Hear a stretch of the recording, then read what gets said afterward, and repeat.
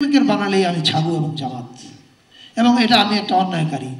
That has to stop. And then I went there and I made 60 pieces for them. এবং trust me, Islami Bank is the only client যারা বিজ্ঞাপন বানানোর পরে আমাকে 3.5 লাখ টাকা দিয়ে একটা পেন্টিং গিফট করেছিল। মানে এটা অবিশ্বাস্য। ইসলামী ব্যাংক তো পেন্টিং গিফট করুন, আপনারা সোশ্যাল পারসেপশনে যা বোঝেন। এবং এমনকি এটাও কি জানেন যে ইসলামী ব্যাংকের প্রথম ঋণ গ্রহীতা, যাকে প্রথম লোন দিয়েছিল ইসলামী ব্যাংক, তিনি একজন হিন্দু ব্যবসায়ী ছিলেন। সো এই জিনিসগুলো আমাদের পারসেপশনে আসে না। আমাদেরকে শেখানো হয়েছে Islam, anything related to Islam is really bad. এখন এটা কেন শেখানো হয়েছে? এটা রাজনীতিটা হচ্ছে, দেখেন ওই 17তে যখন আমি বিজ্ঞাপন বানিয়ে চলে আসলাম, ওই সময় এমডি ছিলেন মান্নান সাহেব। ওনার সঙ্গে আমার এক ধরনের একটা সম্পর্ক তৈরি হয়। একদিন উনি কোনো একটা কাজে আমাকে ফোন দেয়, অথবা আমি ফোন দিই, এখন আমার মনে নাই। ওনার কাছ থেকে আমি জানতে পারলাম যে উনি খুব চাপে আছেন। আমার কী চাপ?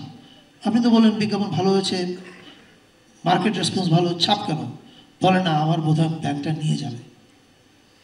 তার ঠিক মাসখানেকের মধ্যে আমি নিউজ পেপারে দেখলাম এজিএম করে ইসলামী ব্যাংক নিয়ে গিয়েছে। আপনারা এখন জানেন এটা নিয়ে গেছে আসলে এস আলম গ্রুপ। এটা আসলে বেসিক্যালি ছিল ডাকাতি, orchestrated by our intelligence forces.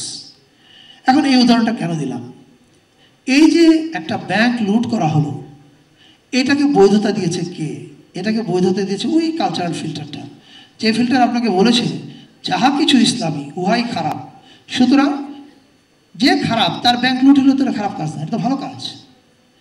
That's how we destroyed our economy, that's how we destroyed our political climate, and that's how we created a very narrow perspective